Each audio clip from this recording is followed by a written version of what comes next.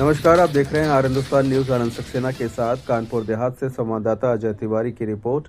कानपुर देहात में आज किसानों की ताकत एक बार फिर सड़कों पर नजर आई। संयुक्त किसान मोर्चा के बैनर तले और भारतीय किसान यूनियन महात्मा टिकैत के नेतृत्व में विशाल किसान महापंचायत का आयोजन किया गया।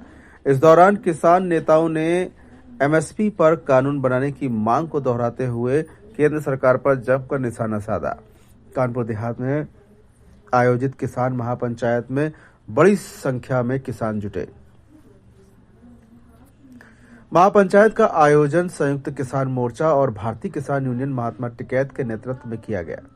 इस मौके पर संयुक्त किसान मोर्चा के अध्यक्ष जगजीत सिंह दल्लेवाल के नेतृत्व में कन्याकुमारी से कश्मीर तक निकाली जा रही किसान यात्रा का जनपद पहुंचने पर पूर्वी प्रदेश अध्यक्ष विपिन तिवारी, जिला अध्यक्ष रणबीर सिंह यादव के नेतृत्व में भव्य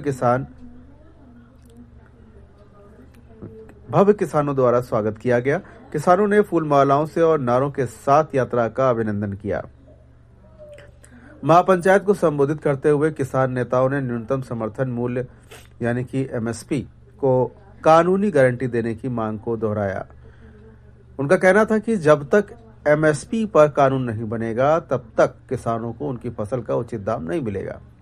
किसान नेताओं ने भारत और अमेरिका के बीच हुए ट्रेड डील का भी विरोध किया।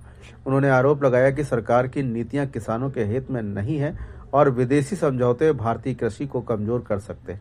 यही नहीं, नेताओं ने 19 मार्च को दिल्ली के रामलीला मैदान में आयोजित होने वाली किसान महापंचायत में भारी संख्या में पहुंचने पर अपील किया।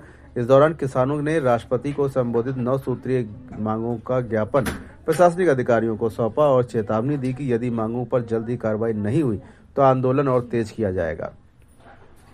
कानपुर देहात की इस महापंचायत ने साफ कर दिया है कि किसान एक बार फिर संगठित होकर अपनी मांगों को लेकर मैदान में उतर चुके हैं। अब देखना यह होगा कि सरकार इन मांगों पर क्या रुख अपनाती है। इस दौरान किसान नेता पूर्वी प्रदेश अध्यक्ष विपिन तिवारी, मधुसूदन तिवारी, रणबीर सिंह यादव, सागर पांडे, नगर अध्यक्ष अमित यादव, लालू यादव, संतराम, विक्रांत सिंह राणा आदि किसान नेताओं के द्वारा संबोधित किया गया। फिलहाल आप सुरक्षित रहिए, जुड़े रहिए आर हिंदुस्तान से। नमस्कार।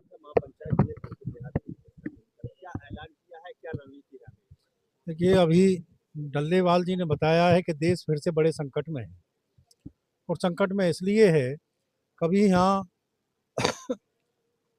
ब्रिटिश से एक व्यापारी आए थे और देश को पूरी तरह से गुलाम बना लिया। आज फिर से अमेरिका उसी व्यापार के रास्ते से घुसा है। डल्लेवाल जी ने बताया है कि हमारे यहाँ जो आयात शुल्क लगा के वहाँ के उत्पाद को रोका जाता था, वो आयात शुल्क पूरी तरह से जीरो कर दिया गया है। हिंदुस्तान का जो कृषि उत्पाद है उसकी कीमतें इसलिए कम होंगी। अमेरिका की क्षेत्रफल की अगर बात करते हैं तो 98 लाख वर्ग किलोमीटर, 98 लाख करोड़ वर्ग किलोमीटर वहाँ का क्षेत्रफल है और अगर हिंदुस्तान की बात करते हैं तो 32 लाख करोड़ वर्ग किलोमीटर है। यहाँ से 3 गुना ज़्यादा वर्ग किलोमीटर वहाँ का क्षेत्रफल है। पॉपुलेशन की बात करते हैं तो 38 करोड़ की पॉपुलेशन अमेरिका के अंदर है। वहाँ का जो कृषि उत्पाद है उनके पास कोई बाजार नहीं है। आज वह हिंदुस्तान में 150 करोड़ की आबादी में अपने उत्पाद को बहुत लंबे समय से यहाँ पर डंप करने के वो प्रयास कर रहा है। कभी वो डंकल के नाम से करता है, कभी वो WTO के नाम से करता है, लेकिन आज उसने सरकार के साथ एक डील करके उसको पूरी तरह से प्राप्त कर लिया है। देश का किसान पूरी तरह से बर्बाद होने की स्थिति में है। इसीलिए डल्लेवाल जी ने मात्र एक इस डील का ही विरोध नहीं है, उसके उत्पाद की कीमतें जो लंबे समय से नहीं मिल रही है। और अभी जो बताया था डल्लेवाल जी ने, 45 लाख करोड़ रुपया हिंदुस्तान के किसान का एमएसपी पर मात्र 23 जिन्सों में कम कीमत मिलने के कारण उसको 17 वर्षों में मिले। जब 17 वर्षों की अगर बात करते हैं तो 12,60,000 करोड़ रुपया हिंदुस्तान के किसान पर 2017 में कर्जा था। अगर उस कर्जा को हम उसमें से चुकता करते हैं, हम मात्र 23 जिन्सों की बात कर रहे हैं। उसमें फल, सब्जी, फिशरी, पोल्ट्री, ये सारी चीज़ें, दूध ये आता है, वो अलग चीज़ हो जाती है। तो किसान को उस तरह से लूटा जा रहा है। हम कभी गरीब नहीं थे, इसलिए उसके उत्पाद की कीमत की बातें करी जा रही है और डील को किसी भी कीमत पर बर्दाश्त नहीं किया जाएगा। अगर डील ये हुई तो किसान पूरी तरह से बर्बाद हो जाएगा, देश फिर से गुलामियत की राह पर चला जाएगा। यात्रा निकली, इसकी वजह क्या है? देखिए, आज हम कानपुर के इस क्षेत्र में जो आज यहाँ पंचायत हुई है, यहाँ जो हमारी लंबे समय से देश के किसान एक समस्या झेल रहे हैं, वो है एमएसपी गारंटी कानून ना मिलने के कारण देश का किसान कर्ज में डूबा हुआ है और उसको इस दलदल से कैसे निकालना है, उसके लिए पूरे का पूरा एसकेएम बड़ा गंभीरतापूर्वक तरीके से सोच रहा था। उससे उससे एक ही हल निकला है कि एमएसपी गारंटी लॉ होना चाहिए। अगर एमएसपी गारंटी लॉ होना चाहिए तो फिर देश के किसानों को, जिनको इस बात की जरूरत है, उसको इसकी इन्फॉर्मेशन, इसकी जानकारी होनी अति आवश्यक है। उसके लिए ये फैसला लिया था कि 7 फरवरी से हम इन डिमांडों को लेकर एमएसपी गारंटी कानून, किसानों की कर्ज मुक्ति, डॉक्टर स्वामीनाथन की रिपोर्ट, लैंड एक्विजिशन एक्ट, या जैसे ये सीड बिल लाने का प्रयास कर रहे हैं, बिजली शोध बिल लेकर आ रहे हैं, या जैसे मनरेगा के कानून में छेड़छाड़ कर रहे हैं, इन सब मुद्दों को लेकर हमारा ये प्रोग्राम था कि हम एक यात्रा पूरे देश के अंदर लेकर जाएं। और वो यात्रा 7 फरवरी से कन्याकुमारी से शुरू हो चुकी है। वहां से अलग अलग स्टेटों में होते हुए आज यूपी के अंदर कानपुर में पहले दिन यात्रा प्रवेश हुई है।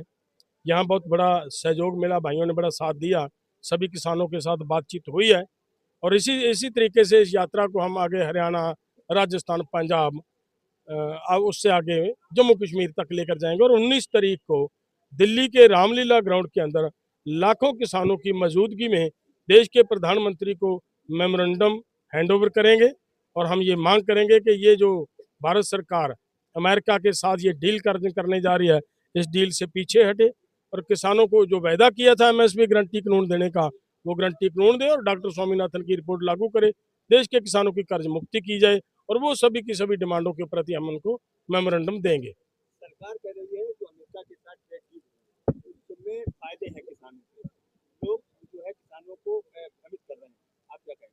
देखिए, मैं पूछना चाह रहा हूँ आपके माध्यम से उन्हीं सरकार के व्यक्तियों से, ये बताएं कि किसान पैदा करता है, मक्का पैदा करता है, जो आप बाहर से उसका रेजिड्यूज मंगवाने की बात कर रहे हो। किसान बहुत भारी मात्रा में सोयाबीन की प्रोडक्शन करता है और उस सोयाबीन का तेल अगर अमेरिका से आएगा तो यहाँ के किसान को सोयाबीन बीजने की क्या जरूरत है भाई, जब उसका बिकेगा ही नहीं। जब आप तेल तो अमेरिका से ले आओगे, तेल ही निकालने के लिए तो यहाँ का किसान उसको बोएगा। मक्का पशुओं की खुराक बनाने के लिए तो मक्का बोएगा। अंगूर का किसान है जो, वो अंगूर इसीलिए बोएगा कि उसकी अंगूर की यूज शराब बनाने में होती है। उसमें तो मतलब गेहूं का इस्तेमाल भी होता है, उसमें तो जौ का इस्तेमाल भी होता है, उसमें तो गन्ना का इस्तेमाल भी होता है। तो वो सारे का सारा मुझे ये बताएं, ये जो शराब बाहर से लाएंगे उससे ये गन्ना का किसान, दूसरा जो अंगूर का किसान, वो उनके ऊपर इफेक्ट नहीं पड़ेगा? ये क्लियर बात है। ये तो मतलब उनका, हाँ ये बात है जो उन्होंने बोलना है वो बोल रहे हैं, उनका मीडिया बोल रहा है, तो किसानों के पास मतलब वैसी बात पहुंचाने का प्रयास किया जाए। हमारा ये खुला चैलेंज है। वो लोग जो ये कहते हैं कि भ्रमित किया जा रहा है, लोगों के अंदर झूठ फैलाया जा रहा है, उनको हमने पहले भी माइक से हमारे प्रवक्ता ने बोल दिया और आज हम इस चैनल के, आपके इस प्रेस के माध्यम से ये कहते हैं, आप एक बार किसान लीडरों के साथ बैठ जाइए, खुली चर्चा हो जाए, उस चर्चा लाइव चले, पूरे देश के लोगों को पता चले कि उसका फायदा है या नुकसान है। मैं तो यहाँ तक कहूँगा कि देखिए, जो हमारा प्रोडक्ट बाहर जा रहा था उसके ऊपर उन्होंने टैक्स 18% कर दिया। पहले 3.5% था, 3.5 से बढ़ाकर 18% कर दिया। और जो अमेरिका का सामान इधर आएगा उसके ऊपर इनके ऊपर दबाव बनाकर 0% टैरिफ कर लिया। तो बताएं, फायदा देश को किस पक्ष में होता नजर आ रहा है? कहां से फायदा होता नजर आ रहा है? तो ये सरकार मतलब झूठ बोल रही है, बिल्कुल लोगों को झूठ के सहारे सरकार चलाने का प्रयास किया जा रहा है।